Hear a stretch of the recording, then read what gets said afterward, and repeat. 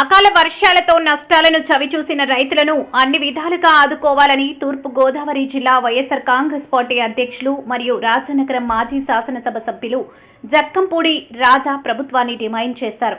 బుధవారం నాడు తూర్పు గోదావరి జిల్లా సీతానగరం మండలం బొబ్బిలిలంక గ్రామంలో రాజానగరం మాజీ ఎమ్మెల్యే జక్కంపూడి రాజా బలహీనపడిన ఏటి గట్టులను బొబ్బిలిలంక గ్రామ పరిధిలోని నీట మునిగిన పంట పొలాలను సంబంధించిన రైతుల సమక్షంలో పరిశీలించారు. ఈ సందర్భంగా ఆయన మాట్లాడుతూ రాజానగర నియోజకవర్గం పరిధిలోని సీతానగరం, కోరుకొండ మండలాల్లో వేలాది ఎకరాలు నీటి మునిగాయని పేర్కొన్నారు. రైతులు సాగు చేసే సమయంలో వరద నీరు చేరడంతో రైతులు తీవ్రంగా నష్టపోయారని ఆవేదన వ్యక్తం చేశారు. ప్రభుత్వం రైతులను వెంటనే ఆదుకోవాలని డిమాండ్ చేశారు. రైతుకు నష్టం జరిగేదో అదే సీజన్లో మళ్ళీ తిరిగి ఆ నష్టాన్ని భర్తీ చేస్తూ ప్రభుత్వం నుంచి ఆదుకునేటటువంటి కార్యక్రమం చేసినటువంటి పరిస్థితులు ఉన్నాయి. సో మళ్ళీ ప్రస్తుతం ఉన్నటువంటి ముఖ్యమంత్రి గారిని, ప్రభుత్వాన్ని కూడా రిక్వెస్ట్ చేస్తూ ఉన్నాం, తక్షణమే రైతులందరినీ కూడా ఆదుకునేటటువంటి కార్యక్రమం చేయండి. ఏదో నానుడి ఉన్నట్టుగా చంద్రబాబు నాయుడు గారు ముఖ్యమంత్రి స్థానంలో కూర్చుంటేనే ఒక ప్రకృతి వైపరీత్యాలు లేకపోతే పూర్తిగా వర్షాలే పడకుండా ఎండిపోయేటటువంటి పరిస్థితి ఉంటుందనేటువంటిది చాలామంది పెద్దలు చెప్తూ ఉంటారు. ఇవాళ చూస్తే అదే రకమైనటువంటి పరిస్థితి కనిపిస్తూ ఉంటుంది.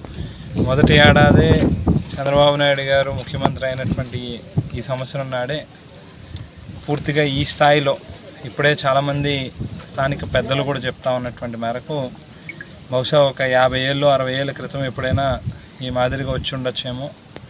గడిచిన 50 ఏళ్లలో ఈ స్థాయిలో ఒకటేసారి వర్షాలు రావడం, మరో పక్కన గోదావరిలో నీటి ప్రవాహం కూడా ఎక్కువగా ఉండడం, దాంతో అవుట్ఫాల్స్ లూయిస్ దగ్గర బొబ్బిలిలంక షట్టర్స్ క్లోజ్ అవ్వడం, పైనుంచి దేవిపట్నం మండలం నుంచి లేక రంపచోడవరం ప్రాంతం నుంచి వస్తూ ఉన్నటువంటి ఈ బురద కాలువ నీరు, తొరిగడ్డ డ్రైన్కి సంబంధించినటువంటి నీరు కూడా ఒకేసారి రావడం అనేటువంటిది బహుశా చాలా సంవత్సరాల క్రితం ఎప్పుడో మా చిన్ననాటినప్పుడో లేకపోతే మా తండ్రిలో మా తాతలో చూసుంటారేమో, మేమైతే ఎప్పుడు చూడలే ఈ మాదిరిగా అని చెప్తాం. సో ఖచ్చితంగా ప్రభుత్వాన్ని అయితే డిమాండ్ చేస్తూ ఉన్నాం, ఖచ్చితంగా రైతులను ఆదుకోవాలనేటువంటిది. సేమ్ టైం దీనికి ఒక పర్మనెంట్ సొల్యూషన్స్ అనేటువంటిది కూడా రావాల్సినటువంటి అవసరం.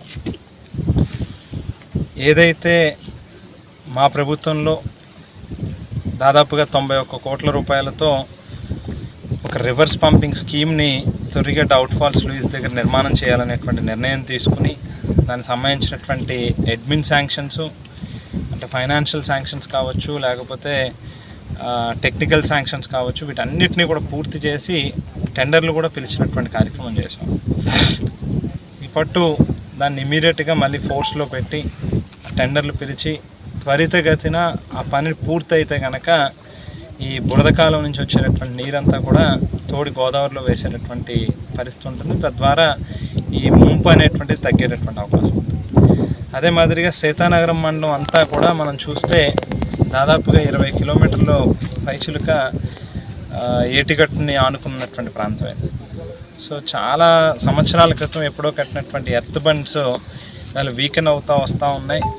అక్కడక్కడ మనం చూస్తే కొన్ని ఆ బండ్స్ అన్నీ కూడా చెదిరిపోతూ ఉన్నటువంటి పరిస్థితి ఉంది. సో దాని నిమిత్తమే ఒక పర్మనెంట్ సొల్యూషన్ ఉండాలనేటువంటి ఉద్దేశంతో దాదాపుగా 24 కోట్ల రూపాయల వ్యయంతో ఒక ఎస్టిమేట్స్ వేయడం, డిజాస్టర్ మేనేజ్మెంట్ నుంచి ఆ ఫండ్స్ని కూడా ఇమ్మని చెప్పి ప్రభుత్వాన్ని కూడా గతంలో అడగడం జరిగింది. అది కూడా ఆ ఫైల్ కూడా ప్రాసెస్లో ఉంది.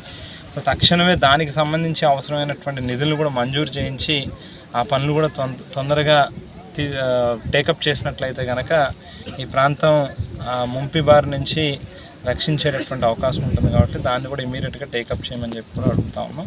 దాంతోపాటుగా ఈ ఇన్పుట్ సబ్సిడీ అనేటువంటిది కూడా తొందరగా రిలీజ్ చేయమని చెప్పి కూడా డిమాండ్ చేస్తాం.